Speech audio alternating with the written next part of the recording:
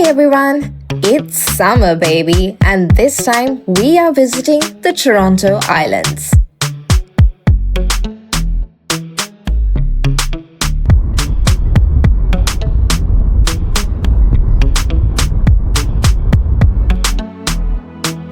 The first mistake I did, drive to downtown Toronto all the way near Harbourfront. We all know how driving can be in downtown Toronto. I had a very difficult time finding parking, and mind you, if you do take your car, be ready to spend about $40 on parking fees. The easiest thing to do is to get a subway or a train or bus to Union Station, and it's just about a 10 to 15 minute walk to the harbour. Described as the lungs of the city. So today, the islands are Toronto's marquee summer activity for kayaking, boating, biking, and so much more. Toronto Island Park is made up of several islands, including Wards Island, Centre Island, and Hanlan's Point. To get to the island, there are various options of ferries and boats that you could take, like the pirate boat or water taxi. But the most common one is to take the ferry from the Jack Layton Ferry Terminal. My advice to you is to buy tickets online so that you could avoid the queue, as it can be very crowded during the summer or the holidays. The ferry costed us $9.11 for the round trip, whereas the other boats may cost you a bit more.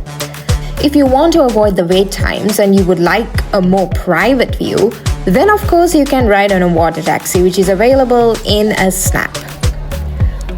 The ferry is accessible to wheelchairs, scooters, or bikes, and at the terminal, you can take the ferry to any of the 3 destinations of the island.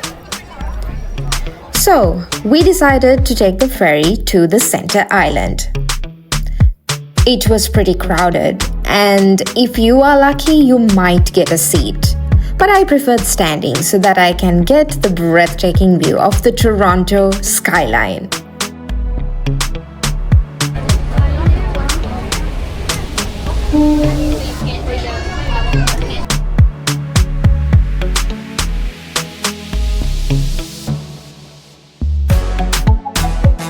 I loved the views, and yes, you can see aircrafts from Billy Bishop and many other sea crafts and boats being navigated around the Lake Ontario.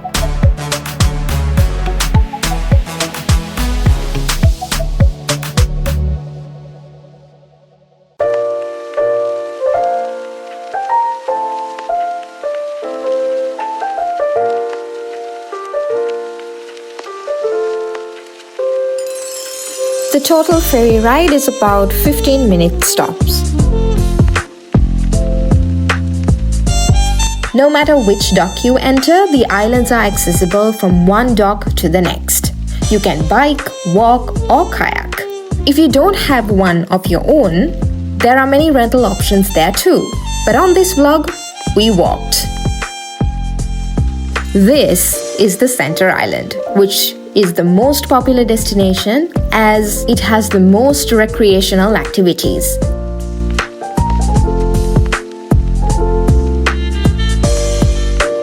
We started off by getting a bite to eat. The Toronto Island Barbecue and Beer Company is right next to the dock. It is well known for their food and the view you get from the restaurant. We went with a pulled pork sandwich, a classic poutine, and mac and cheese.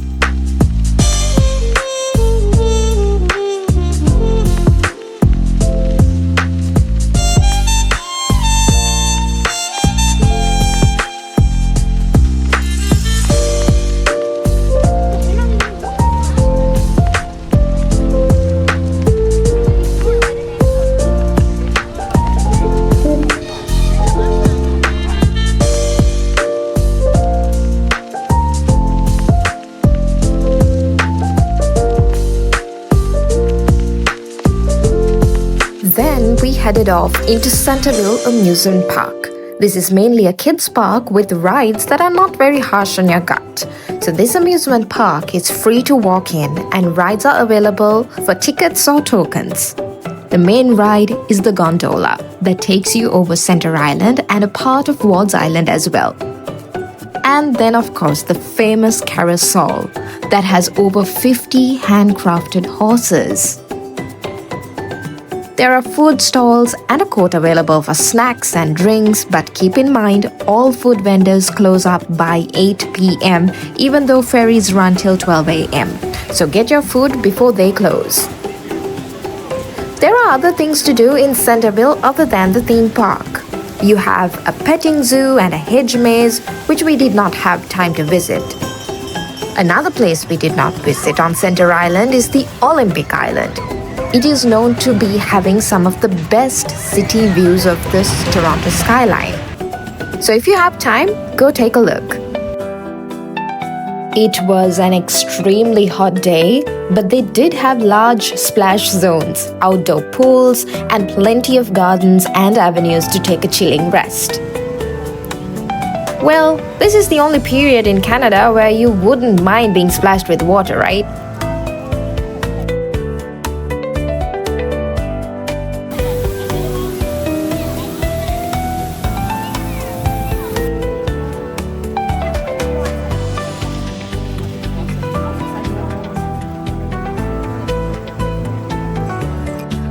After a walk around the theme park, we headed directly towards the Center Island beach. On the way there, you will pass an array of beautiful spots where you can enjoy a picnic near a pond or lake, big fountains, and many other water features like pools. As I said, these are islands that best attract biking, canoeing, and kayaking.